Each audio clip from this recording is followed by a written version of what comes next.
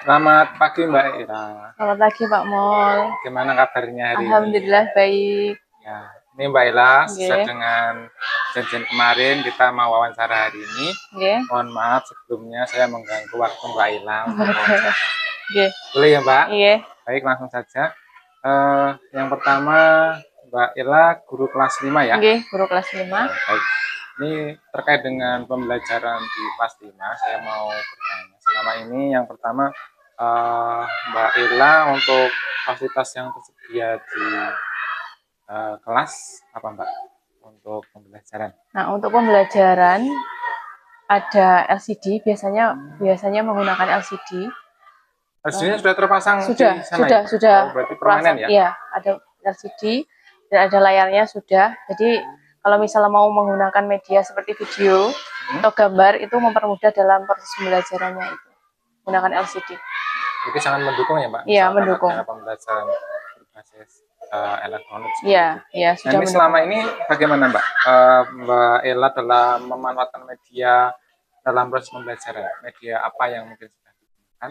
Ya, selama proses pembelajaran saya mungkin karena difasilitasi oleh LCD, jadi kalau materi-materi yang mungkin anak itu sulit untuk membayangkan, misal rantai makanan ataupun misal kayak sistem pernafasan, sistem pencernaan, nah kita saya itu kadang menggunakan video, jadi biar anak itu tahu bagaimana prosesnya. Kalau bagaimana misal dari makanan dari mulut maupun sampai ke proses pembuangannya seperti apa gitu, biasanya seperti itu.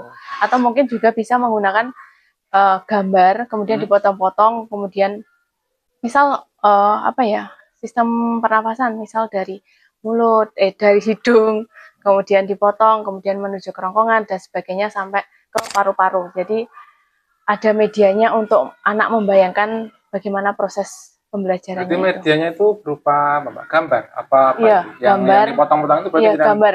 Jangan cetak dulu, terus cetak, diberikan anak, dipotong-potong. Iya. Oh iya.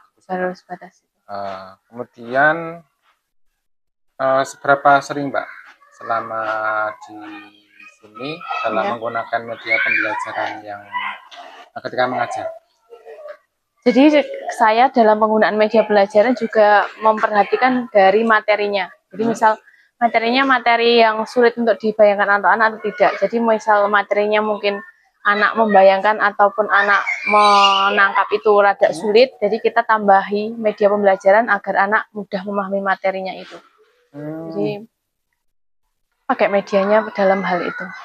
Itu yang media-media itu yang membuat Mbak Ella sendiri atau dikreasi sendiri atau mungkin sudah tersedia di sekolah? Medianya kadang dari saya ataupun dari internet, dari berbagai sumber. Kan sekarang media banyak sekali di internet dan media-media yang lainnya kan banyak. Jadi saya juga mengambil dari internet juga, tidak hanya dari saya. Terus selama ini gimana Mbak? Ada tantangan nggak misalkan dalam penggunaan media-media pembelajaran itu? Tantangannya mungkin kalau media kita harus banyak kreatif dan juga mencari kan. Jadi biar anak itu tidak monoton, tidak bosan dalam proses pembelajarannya. Jadi saya juga berusaha mencari media-media yang membuat anak tertarik dalam proses pembelajarannya, tidak bosan, tidak ngantuk, dan bersemangat dalam proses pembelajaran.